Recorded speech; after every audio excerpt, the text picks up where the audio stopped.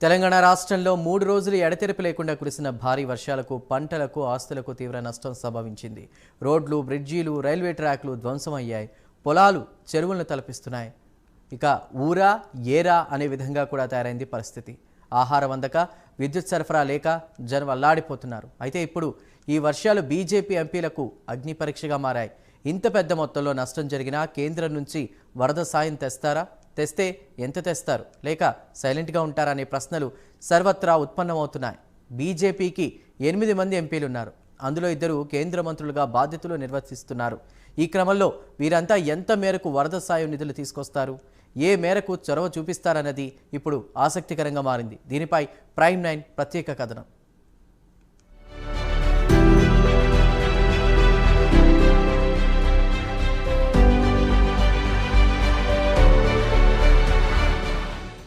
తెలంగాణలో మునుపెన్నడూ లేని విధంగా బీజేపీ దూసుకుపోతోంది. 8 మంది ఎంపీలతో బలం పుంజుకుంటోంది. తర్వాత తామే అధికారంలోకొచ్చేది అనే సంకేతాలు పంపుతోంది. ఈ నేపథ్యంలో తెలంగాణలో వరదలు ముంచెత్తాయి. సాయం కోసం బాధితులు ఆర్తనాదాలు చేస్తున్నారు. ఇప్పుడు కేంద్రంలో కూడా బీజేపీ సారథ్యంలో ఎన్డీఏ ప్రభుత్వం అధికారంలో ఉంది. దీంతో వరద సాయం ఎంత మేరకు అందిస్తుందోననే అంశం పెద్ద చర్చనీయాంశమవుతోంది. భారీ వర్షాలపై కేంద్ర మంత్రులు కిషన్ రెడ్డి, బండి సంజయ్, ఈటల రాజేందర్ మినహా మిగతా ఎంపీలు ఎవ్వరూ పెద్దగా స్పందించకపోవడంతో పలు అనుమానాలకు తావిస్తోంది. వరదల పరిస్థితిని బండి సంజయ్ కేంద్ర హోంమంత్రి అమిత్ షా దృష్టికి తీసుకెళ్లారు. జేపీ నడ్డా కిషన్ రెడ్డికి ఫోన్ చేసి పరిస్థితులను అడిగి తెలుసుకున్నట్లు సమాచారం. ఇలాంటి సమయంలో రాష్ట్రానికి అండగా ఉంటామని వాళ్లు భరోసా ఇచ్చారని తెలుస్తోంది. కానీ మిగతా ఎంపీలు మాత్రం ఇప్పటి వరకు స్పందించలేదు. ఉమ్మడి ఖమ్మం, వరంగల్ జిల్లాలో వరదలు బీభత్సం సృష్టించాయి. ఈ 2 ఉమ్మడి జిల్లాలోని గోదావరి పరివాహక ప్రాంతం దాదాపుగా ధ్వంసమైంది. మరోవైపు బీజేపీ గెలిచిన స్థానాల్లో వరద ప్రభావం లేకపోవడంతో ఆ ఎంపీలంతా సైలెంట్ అయ్యారా అనే చర్చ జరుగుతోంది. ఉమ్మడి ఖమ్మం, వరంగల్ జిల్లాలో బీజేపీ చాలా వీక్గా ఉంది. ఎంపీ స్థానాలు సైతం గెలవలేదు. గెలవని ప్రాంతం గురించి మాకెందుకు అని వారు లైట్ తీసుకుంటున్నారా అనే సందేహాలు సామాన్య జనాల్లో వ్యక్తమవుతున్నాయి.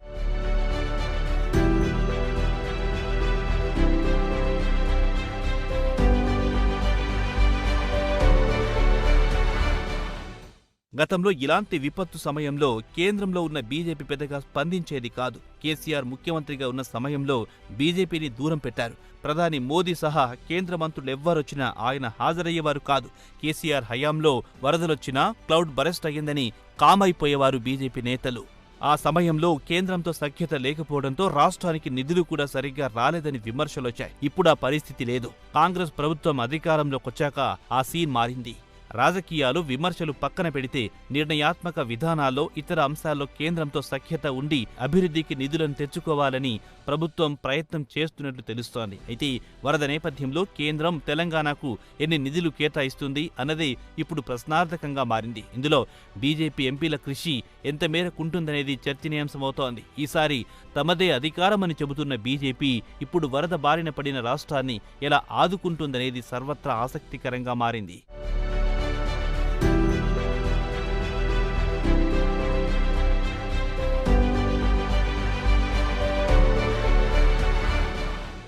మరోవైపు వరద సాయం కోసం సీఎం రేవంత్ రెడ్డి ప్రధానికి లేఖ రాయడం గమనించదగ్గ పరిణామంగా చెప్పొచ్చు. తెలంగాణలో సంభవించిన వరదల బీభత్సంను జాతీయ విపత్తుగా పరిగణించాలని ఆ లేఖలో కోరారు సీఎం. ఇప్పటికే 10,000 కోట్లకు పైగా నష్టం సంభవించిందని ప్రాథమిక అంచనాకొచ్చారు. పూర్తి మదింపు చేసిన తర్వాత సంపూర్ణ నివేదిక పంపుతామని, అందాక తక్షణ సాయం కింద 2,000 కోట్ల రూపాయలు అందించాలని ప్రధానిని కోరారు.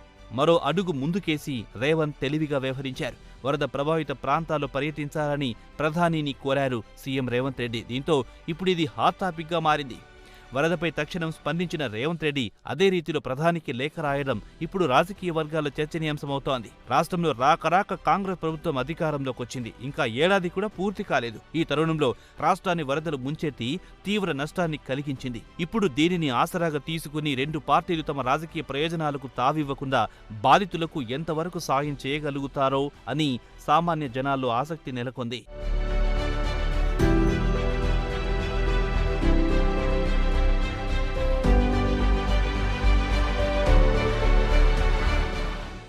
ఉమ్మడి వరంగల్, ఖమ్మం జిల్లాలో జరిగిన వరద బీభత్సంతో దాదాపు 10,000 కోట్లు నష్టం జరిగిందని రాష్ట్ర ప్రభుత్వం ఇప్పటికీ ఓ ప్రాథమిక అంచనాకొచ్చింది. పూర్తిగా మదింపు చేసిన తర్వాత ఇది 15,000 కోట్లకు పెరిగే అవకాశం ఉందని భావిస్తున్నారు. మరోవైపు పొరుగు రాష్ట్రం ఆంధ్రప్రదేశ్లోనూ వరద బీభత్సం సృష్టించింది. ఆ రాష్ట్రంలో ఎన్డీఏ కూటమి ప్రభుత్వం అధికారంలో ఉండడంతో ఏపీకి ఎన్ని నిధులిస్తారు, తెలంగాణకు ఎన్ని ఇస్తారనే చర్చ జరుగుతుంది.